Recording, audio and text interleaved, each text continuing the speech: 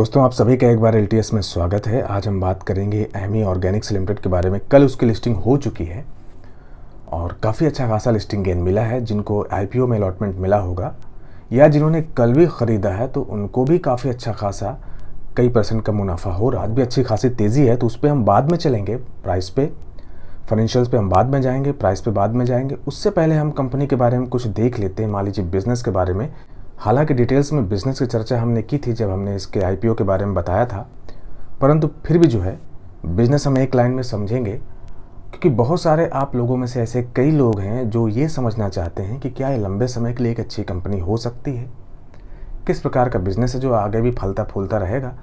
तो इस वीडियो के माध्यम से आपको भली भांति जो है मालूमात हो जाएगा। इसके जो मैनेजिंग डायरेक्टर हैं मिस्टर नरेश कुमार रामजी भाई पटेल, पेशे से केमिकल इंजीनियर, और करीब इन्होंने कई इंडस्ट्रीज़ में अपनी सर्विसेज दी हैं। जॉब किया है इन्होंने L&T जैसी कंपनी में भी। 2004 में इन्होंने फिर अपनी कंपनी जो है शुरू की और 17 वर्षों के इस अंतराल में आप देखेंगे तो करीब 450 फार्मा इंटरमीडिएट्स को डेवलप किया है, जिनमें मेजरली सबसे ज़्यादा जो इनको रेवेन्यू आता है, अगर देखें थेरेप्यूटिक एरियाज़ हैं anti retroviral, anti inflammatory, anti psychotic, anti cancer, anti Parkinson's, anti depressant and anti coagulant. करीब करीब 150 इनके पास ऐसे कस्टमर्स हैं जो टॉप के हैं, जो करीब करीब 9 कोई 11 इस प्रकार के प्रोडक्ट्स एक साथ लेते हैं। 52% एक्सपोर्ट से आता है, बाकी का इंडिया से है। और इंडिया में भी जो टॉप के कंपनीज़ हैं उनको ये सप्लाई करती हैं रॉ मटेरियल। उदाहरण के लिए नाम अगर बात करें तो आप भी परिचित होंगे, लॉरस लैब हो गया, कैडिला हेल्थ केयर हो गया, सिप्ला हो गया, ये सारे डोमेस्टिक कंपनीज़ हैं। और ओवरसीज़ करीब 25 कंट्रीज़ में इनकी जो है पकड़ है, जो इनके क्लाइंट्स हैं, जहाँ पे यूरोप हो गया, USA हो गया, चाइना हो गया, इजराइल हो गया, जापान, लैटिन अमेरिका हो गया। चाइना को अपना माल भेजते भी हैं। साथ ही साथ अगर देखें तो चाइना से रॉ मटेरियल भी ये जो है इंपोर्ट करते हैं, लेकिन कि करीब जो 70% रॉ मटेरियल था जो इंपोर्ट से आता था, अब जो है 20% तक कम कर दिया है। तो ये इससे क्या होगा, कॉस्ट इफेक्टिव थोड़ा सा हो जाता है। इस तरीके से जो इनकी फैसिलिटीज़ हैं गुजरात में हैं, जो कि अंकलेश्वर हो गया, जगाड़िया हो गया, सचिन हो गया। कभी एक ज़माने में जब इन्होंने शुरुआत की थी तो कभी 1-2 किलो का केमिकल, क्योंकि जो इनकी R&D है, जो रिसर्च एंड डेवलपमेंट, जो ये जिस फेजेस को लेके ये जो इनकी क्लिनिकल ट्रायल वगैरह होते थे, उसके पश्चात जो ये बेचना शुरू किए तो 1-2 किलो, फिर धीरे धीरे बढ़ाते गए, फिर क्लाइंट्स बनते गए, नेशनल, इंटरनेशनल। तो इस तरीके से इन्होंने अपनी शुरुआत की थी। एक मध्यम वर्गीय परिवार से आते हैं पटेल साहब। इनका सपना था तो सोते जागते उठते बैठते हमेशा जो है एमी ऑर्गेनिक्स के बारे में ही सोचा है। इसलिए अगर देखें तो बहुत सारी इंडस्ट्रीज़ में इन्होंने अपना हाथ नहीं आजमाया है, इसी पे फोकस्ड हैं। और उसी का परिणाम है कि कंपनी जो है निरंतर ग्रोथ करती गई, इसका एक्सपेंशन करते गए, क्योंकि समय समय पे जिस प्रकार से क्लाइंट बेस बनता जाता है, जिस प्रकार से डिमांड होती जाती है, जिस प्रकार से नए प्रोडक्ट्स ऐड करते जाते हैं, उसी तरीके से अगर देखें तो रिसर्च एंड डेवलपमेंट भी इन्होंने अपना एक सेपरेट किया है। और अभी आपको एक बैलेंस शीट में अचानक जो है कर्जा दिखेगा इस फाइनेंशियल ईयर में 93 करोड़ का जो है प्लस हुआ है। उसका कारण है कि इन्होंने गुजरात ऑर्गेनिक्स को जो है ख़रीद लिया है, अधिग्रहण कर लिया है, ठीक है। और वो भी एक प्रॉफिटेबल कंपनी है, ऐसा नहीं है कि कोई कंपनी बंद पड़ी थी या जो है लॉस में थी उसको ख़रीदा। तो इस तरीके से अपना एक्सपेंशन करते जा रहे हैं। तो मूलतः आप बिज़नेस समझ गए और इनका विज़न समझ गए कि आने वाले कुछ वर्षों में, क्योंकि इतनी जल्दी ये शुरुआत करते हैं नए नए प्रोडक्ट्स की, कि मान लीजिए कि जो एक्सपायरी होने से पहले अनेक प्रोडक्ट्स आ जाते हैं और उनकी जो है पेटेंट काफ़ी वर्षों तक रहता है। तो जो FDA होता है, जो इंस्पेक्शन करता है ऐसी कंपनियों में, ड्रग्स की, खासकर फार्मास्यूटिकल्स की, तो जो ऐसी फार्मास्यूटिकल्स बनाने वाले रॉ मटेरियल या फिर जो दवाएँ बनाने वाली कंपनियाँ होती हैं, उनमें जो FDA बहुत ही इंस्पेक्ट करता है। तो इंस्पेक्शन के दरमियान इस कंपनी में बहुत ही वो सेटिस्फाइड थे और किसी प्रकार की कोई अनियमितता नहीं पाई।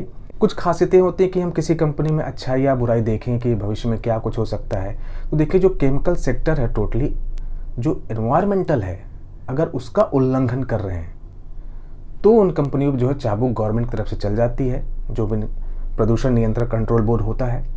तो ये जो है ज़ीरो पोल्यूशन का वॉयलेंस करते हैं। तो अभी तक फिलहाल इस प्रकार की इनकी ग्रोथ चलती जा रही है। उनके बड़े अच्छे अच्छे प्लान्स हैं। 2022 तक इनका जो कैपेक्स था वो हो चुका है। ये तो रही बेसिक चीज़ें कुछ कंपनी के बारे में। तो आइए हम चलते हैं, देख लेते हैं। आज जो अगर स्टॉक प्राइस देखते हैं 1122 रुपये पे, इसका जो IPO प्राइस आया था 610 रुपये का था और इसकी लिस्टिंग 14 सितंबर को यानी कल हो चुकी है। तो देखें जो कल इसकी लिस्टिंग हुई तो कल भी जो है करीब 50% के आसपास जो है बढ़ के लोगों को मिला गेन, और आज इसमें अगेन 20% की जो है बढ़त देखी गई। तो करीब करीब देखा जाए तो डबल ही हो चुका है जिनको आईपीओ में अलॉटमेंट लगा होगा। क्या होने वाला है, ठीक है। और इस तरीके से देखें, मार्केट कैप जो निकल के आ रही वर्तमान 3,400 करोड़, यानी कि 4,000 करोड़ के आसपास मान सकते हैं आप। रही बात शेयर होल्डिंग में, तो जो टोटल प्रमोटर्स की होल्डिंग है 41.05% है। उसके बाद देखते हैं इसमें म्यूचुअल फंड्स भी हैं 3.26%, डोमेस्टिक इंस्टीट्यूशंस भी हैं 6.23%, एफआईआईज भी इसमें 3.64% और रिटेल एंड अदर्स हैं इसमें 45.81%। हालांकि टोटल प्रमोटर्स की होल्डिंग जो है वो थोड़ा सा कम है, जबकि आप अमूमन देखते होंगे किसी कंपनी का आता है आईपीओ तो उसमें 70-74 ऐसा कुछ रहता है केमिकल की कंपनियों का। परंतु कोई बात नहीं, जिस प्रकार से उन्होंने अपना बताया है कि हम शुरुआती में क्या होता है जब कंपनी शुरू करता है कोई, तो बहुत सारे और भी निवेशक आ जाते हैं और भी कई अदर जो है निवेशक रहते हैं जो कि ऑफर फॉर सेल के माध्यम से फिर जब आईपीओ आता है तो उस समय बेच के निकल जाते हैं। अब यहाँ पे फाइनेंशियल परफॉर्मेंस अगर कुछ वर्षों के देखते हैं, मान लीजिए 2017, 18, 19, 20 और 21 में, तो अगर आप सेल्स देखते हैं 160 करोड़ का जो 2017 में हुआ करता था वो 2021 में हो गया 341 करोड़ का। ऑपरेटिंग प्रॉफिट मार्जिन जो 14% का हुआ करता था 2021 में 24% के आसपास। और यहाँ पे देखेंगे किसी वर्ष यहाँ पे जो इनको लॉस नहीं हुआ है, हमेशा जो है साल दर साल मुनाफा निकल के अच्छा खासा आया है। नेट प्रॉफिट जो 2017 में, फिर नेक्स्ट ईयर 18 करोड़ का, फिर 2019 में 23 करोड़ का, 2020 में 27 और 2021 में 54 करोड़ का।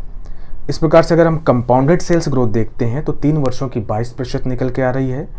कंपाउंडेड जो प्रॉफिट ग्रोथ देखते हैं तो 3 वर्षों की 43% एक शानदार निकल के आ रही है। स्टॉक प्राइस CAGR अभी तो लिस्टिंग हुई है इसकी, और अगर रिटर्न ऑन इक्विटी देखते हैं 3 वर्षों की तो 34% जो कि एक शानदार है। इस वर्ष की 39% के आसपास है। कंपनी का जो ROCE है 32% के आसपास है और 10 रुपये की फेस वैल्यू वाला स्टॉक है। जैसा कि हमने शुरू में कहा कि इसमें जो आप डेट देख रहे होंगे 2019-20 तक यहाँ देखेंगे 59 करोड़ है। उसके पश्चात यहाँ पे 137 करोड़ जो कि उन्होंने 93 करोड़ में गुजरात ऑर्गेनिक्स का अधिग्रहण किया है, उसको खरीद लिया है। अब दोस्तों एक नज़र में कंपनी तो देखिए बढ़िया लग रही है ना। ऑर्गेनिक्स का ज़माना है, जिस प्रकार से फार्मा की इंडस्ट्री है, देश विदेशों में कई क्लाइंट्स हैं इनके। तो फार्मास्यूटिकल से एक ऐसा प्रोडक्ट है, ऐसी दवाएं एक हर इंसान को ज़रूरत होती है, कभी ना कभी कोई बीमार पड़ता है और उनकी लगातार जो है खपत बनी रहती है, चाहे देश हो चाहे विदेश हो। तो ऐसी कंपनियां अनवरत काम करती रहेंगी। इनके कई सारे पेटेंट्स के लिए आवेदन भी हैं और कई सारे पेटेंट्स की अभी वो भी है टर्म है। तो मुझे लगता है कि अभी कंपनी की एक शुरुआत है, अभी एक स्मॉल कैप कंपनी है।